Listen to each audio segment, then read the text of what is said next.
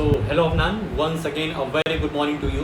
Welcome to our maths class जिसमें हम लोग डिस्कस कर रहे हैं अपना चैप्टर ट्रायंगल। कल हम लोगों ने दो इम्पॉर्टेंट थ्योरम्स देखे थे। थ्योरम्स के पहले जो चीज़ें डिस्कस किए वो काफ़ी आसान थी, थ्योरम से थोड़ा सा लेवल अप हुआ है। तो थ्योरम में दो थ्योरम हम लोगों ने देखी थी। पहली थ्योरम थी कि यदि हमारे ट्रायंगल की एक साइड, ट्रायंगल की कोई भी एक साइड ले लो, उसके पैरेलल हम एक लाइन खींचते हैं और वो पैरेलल लाइन जो है वो हमारे दो रिमेनिंग साइड को कट करती है, तो वो इक्वल पार्ट्स में कट करेगी, इक्वल रेशियो में वो डिवाइड करेगी। ये हम लोगों ने पहला थ्योरम कल देखा था। थ्योरम सेकंड था कि यदि कोई पैरेलल लाइन हमारे ट्रायंगल के दो साइड्स को इक्वल पार्ट में डिवाइड करती है तो तीसरे साइड के पैरेलल हो। मतलब थ्योरम 6.1 का कन्वर्स है थ्योरम 6.2। आज उन्हीं थ्योरम्स का यूज करते हुए हम लोग एग्जांपल्स देखेंगे, कुछ क्वेश्चंस देखेंगे, ठीक है। तो आज के चैप्टर में हमें इतना ही डिस्कस करना है। बहुत ही छोटा वीडियो रहेगा इस वीडियो में हम लोग वही एग्जांपल्स पढ़ेंगे। चलते हैं तो what we have to read today. आज हमें क्या कवर करना है, तो सिर्फ और सिर्फ एग्जांपल्स ऑफ 6.2 एक्सरसाइज और सिर्फ 3 एग्जांपल्स हमारे सामने हैं। चलते हैं। बहुत ही इंटरेस्टिंग सा क्वेश्चन तुम्हें मिलेगा, बहुत ज़्यादा टफ नहीं है। तो देखते हैं एग्जांपल नंबर 1 क्या कह रहा है।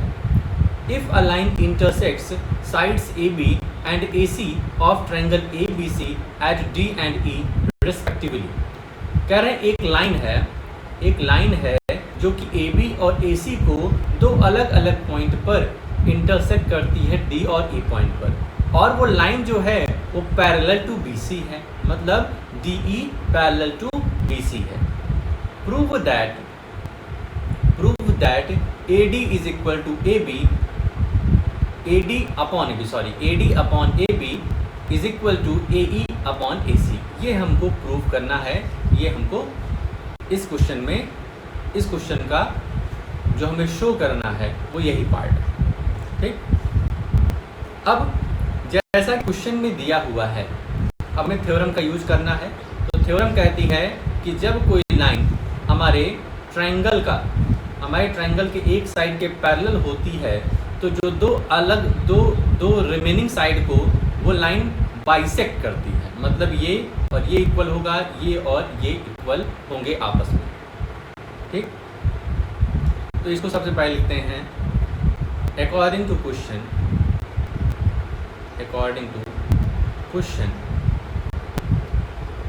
DE parallel to BC। Therefore, अब DE पैरेलल टू BC हो गया, मतलब ये वाली line DE parallel to BC हो गया, तो हम यहाँ लिख सकते हैं AD upon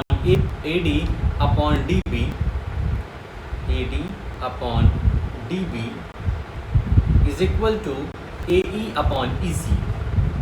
AE upon EC, ठीक। AD upon DB is equal to AE upon EC। और इसको हम एक तरीके से और लिख सकते हैं, यहाँ और करके हम ये लिख सकते हैं DB अपॉन AD, मतलब न्यूमरेटर को डिनोमिनेटर बना दिए और डिनोमिनेटर को न्यूमरेटर, और इसको लिख सकते हैं EC is equal to AE। इस स्टेप में कंफ्यूजन, मतलब हम उसको पलट सकते हैं, लेकिन ध्यान रखना यदि हम पहले फ्रैक्शन को पलटें तो दूसरे को भी पलटेंगे। तो DB upon AD is equal to EC upon AE। इतना बात समझ में आई। अब लिख दो ऐड 1 टू बोथ साइड, दोनों साइड में +1 कर दो। तो DB upon AD +1 is equal to EC upon AE +1। इसको सॉल्व करेंगे तो यहाँ देखो आएगा DB plus AD upon AD is equal to EC plus AE upon AE आएगा, ठीक है। अब देखो इसमें क्या दिया हुआ है DB प्लस AD, मतलब कि डी बी, डी से लेकर के बी तक पहुँचो, डी से लेकर के बी तक पहुँचो और फिर ए से लेकर के डी तक पहुँचो। तो इन दोनों साइड्स को ऐड करोगे तो यहाँ पर हम लिख सकते हैं A B, therefore A B, D B plus A D की जगह हम लोगों ने ए बी लिख दिया, A B upon A D is equal to E C plus A E. E C मतलब इसकी बात कर रहे हैं, इसकी बात कर रहे हैं, और ए ई की बात कर रहे हैं। टोटल को हम लिख सकते हैं ए सी अपॉन ए ई, ए सी अपॉन ए ई। इतनी बात क्लियर हुई। अब देखो, अब आपने क्वेश्चन में देखो कि क्या कह रहा है, क्या शो करने के लिए कह रहा था। तो A D upon A B, A D अपना नीचे आया है, ए बी अपना ऊपर आया है। इसी तरीके से यहाँ पर ए ई ऊपर है लेकिन अपना नीचे है, तो इसको हम लोग पलट सकते हैं। सो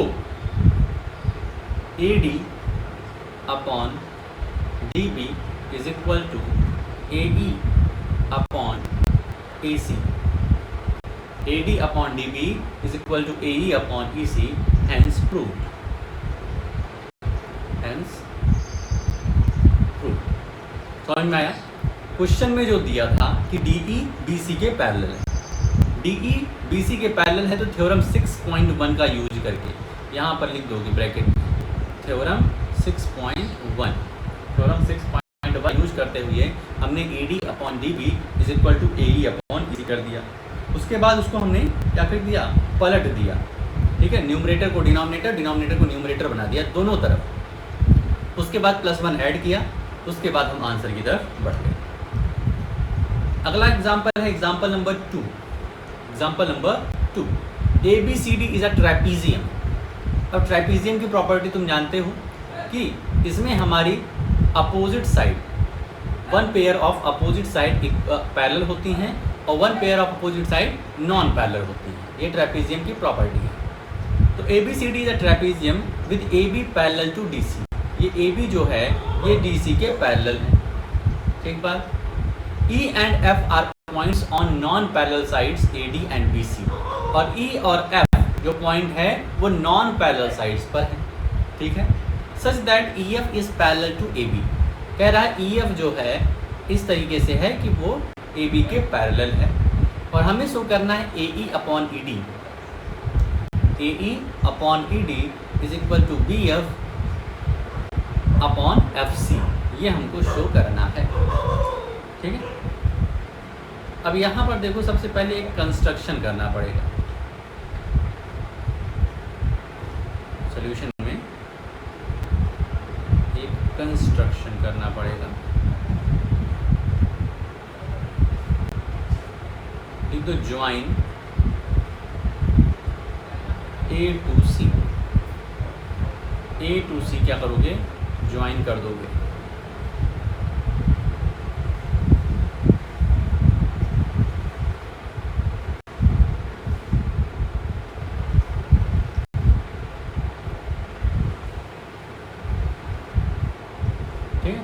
ए टू सी क्या हम लोगों ने ज्वाइन कर दिया है, ज्वाइन ए टू सी, और ये जिस पॉइंट पर इंटरसेक्ट कर रहा है ई एफ को, उसको हम लोग पॉइंट जी दे देंगे।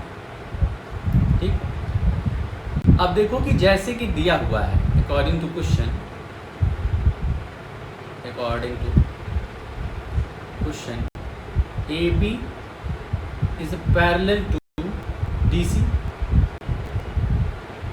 And A B is parallel to EF। ये भी दिया है। कह रहा है AB जो है वो DC के पैरेलल है और AB जो है वो EF के पैरेलल है, तो हम यहाँ से कह सकते हैं therefore AB is also parallel to DC is also parallel to EF। ठीक है भाई, ए बी डी सी के पैरेलल है, ए बी जो है वो डी सी के पैरेलल है, ए बी जो है वो ई एफ के पैरेलल है, तो हम ये कह सकते हैं डी सी और बी एफ भी आपस में क्या होंगे, पैरेलल होंगे। इतनी बात क्लियर हो गई? क्लियर? अब बस अपनी थ्योरम्स का यूज करना है और आंसर ले आना है। लिखते हैं in triangle A D C, in triangle A D C, दो ट्रायंगल, एक ट्रायंगल हम लोगों ने लिया EG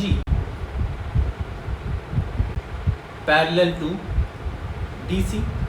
EG जो है वो EF का पार्ट ही तो है, तो EG जो है वो DC का क्या होगा? EG जो है वो DC का पैरेलल होगा। तो यहाँ से लिख देंगे देयरफॉर AE अपॉन ED। भाई साहब जब ये पैरेलल हो गया, EG DC के पैरेलल हो गया इस ट्रायंगल में, तो ये अपॉन ये साइड, ये अपॉन ये साइड इक्वल रेशियो के होंगे। तो वही लिख रहे हैं AE is equal to ED is equal to AD upon ED, sorry AE upon ED is equal to AG upon GC। ठीक है, इसको फर्स्ट इक्वेशन मान देते हैं। ठीक है, इसी तरीके से इन ट्रायंगल, दूसरा ट्रायंगल ले लो, वो क्या है? BCA। इन ट्रायंगल BCA, इसमें कौन कौन सा पैरेलल है? तो GF parallel to AB, GF parallel to AB। जब GF पैरेलल टू AB हो गया है तो इसमें हमारा इक्वेशन बन जाएगा, BF अपॉन FC। भाई देखो ये वाली लाइन और ये लाइन पैरेलल हो गई है, तो ये जो है ये इक्वल रेशियो के होंगे। ये क्या होंगे? इक्वल रेशियो के होंगे। तो हम यहाँ लिख सकते हैं therefore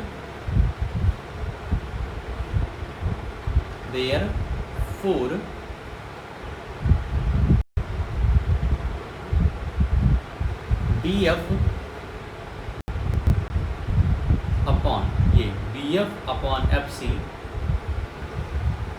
is equal to AG upon GC, AG upon GC। अब देखो फ्रॉम फर्स्ट एंड सेकेंड, जो पहला और दूसरा इक्वेशन हम लोगों ने बनाया है, इसमें देख रहे हैं राइट हैंड साइड इक्वल है। Right hand side AG upon GC क्या है? इक्वल है। तो फ्रॉम फर्स्ट एंड सेकेंड हम ये लिख सकते हैं AE upon ED is equal to BF upon FC, BF upon FC। और यही हमें यहाँ पर प्रूफ करना था। ठीक है, समझ में आया? पहले एक कंस्ट्रक्शन हमने किया, A to C ज्वाइन किया, और जहाँ पर वो EF को कट कर रहा है उसको हमने पॉइंट G नाम दे दिया। अब इसके बाद की कहानी देख ही रहे हो आगे किस तरीके से हुई। ठीक है, अब आते हैं अपने लास्ट एग्जाम्पल आज के, वो है example number 3। In figure 6.16 PS is equal to PS upon SQ, मतलब PS अपॉन SQ दे दिया और PT अपॉन TR दे दिया। थ्योरम 6.2 का यूज़ करते थे। ठीक है, थ्योरम 6.2 का यूज़ करना यहाँ पर। ये कह रहा है कि ये हमारे लाइन, ये जो हमारी लेंथ है PS अपॉन SQ, ये इक्वल है PT अपॉन TR के।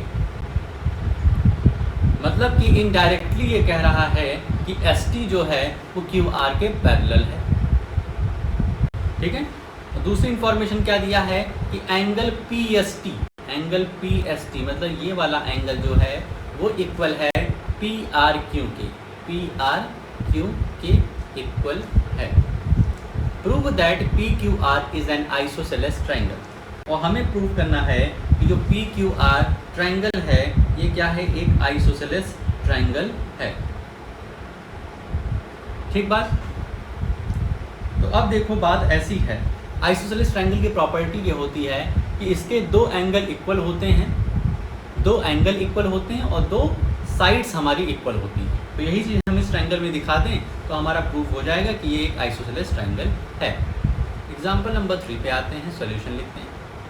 अब थोड़ा सा इसको इरेज करते हैं जितनी भी इसमें कलाकारी होती है। ठीक, according to question PS upon SQ is equal to PT upon TR। Therefore PS upon SQ is equal to PT upon TR। Therefore हम ये कह सकते हैं कि ST is parallel to QR। Theorem 6.2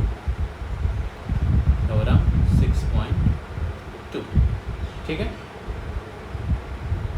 ये क्लियर हुआ कि अब हमारा एस टी और क्यू आर क्या हो गया है, पैरेलल हो गया है।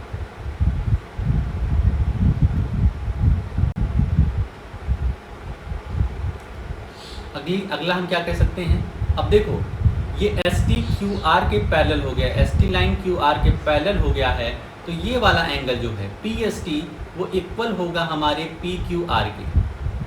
Angle P S T is equal to angle P Q R. ये और ये एंगल आपस में इक्वल क्यों होंगे, क्योंकि करेस्पॉन्डिंग एंगल हैं, करेस्पॉन्डिंग एंगल। और भाई साहब एक चीज़ और दिया है, वो है कि angle P S T is equal to P R Q given. ठीक है, P S T P Q R के इक्वल है और angle P S T P R Q के इक्वल है, ये गिवन है। और ये वाला पहला वाला करेस्पॉन्डिंग एंगल हमने निकाल लिया। इसको फर्स्ट मान लो, इसको सेकेंड मान लो, लिख दो from first and second. Angle P Q R is equal to angle P R Q. अब बात क्या कह रहे हैं कि हमारा ये वाला एंगल पी क्यू आर और पी आर क्यू एंगल क्या हो गया, आपस में इक्वल हो गया। मतलब दो एंगल हमने आपस में इक्वल दिखा दिए। पहली जो कंडीशन है आइसोसेलेस ट्रायंगल की। दूसरी, आइसोसेलेस ट्रायंगल की एक प्रॉपर्टी होती है कि जो हमारे मतलब सेम एंगल होते हैं उनके अपोजिट साइड आपस में इक्वल होते हैं। Therefore P Q is equal to P R, opposite sides of equal angles are equal. जो अपोजिट साइड्स होते हैं हमारे इक्वल एंगल के, वो आपस में इक्वल होते हैं। Therefore P Q are, therefore P Q R is an isosceles triangle. हमारा जो ये पी क्यू आर है ट्रायंगल, ये एक आइसोसेलेस ट्रायंगल है। क्लियर है, कुछ ज़्यादा टफ नहीं था। टफ लगे तो एक बार वापस से वीडियो को देख लो। ठीक है, तो 3 एग्जाम्पल हैं। अब तुम्हारा काम क्या रहेगा, तुम्हारे काम पे आते हैं। तो काम कुछ ऐसा है कि अब अपनी एक्सरसाइज उठाओगे, 6.2 एक्सरसाइज जो है उसको उठाओगे और शुरू के 5 क्वेश्चन ले लो। क्वेश्चन कुछ ज़्यादा है उसमें, तो शुरू के 5 क्वेश्चन लो और 5-5 क्वेश्चन करके पूरे एक्सरसाइज हम कंप्लीट कर लेंगे। तो आई होप सब कुछ क्लियर होगा। कोई दिक्कत परेशानी बनती है तो शाम की क्लास में ज़रूर बताओ। आज के लिए अपनी इस वीडियो में हम लोग इतना ही रखते हैं। मिलते हैं नेक्स्ट वीडियो में।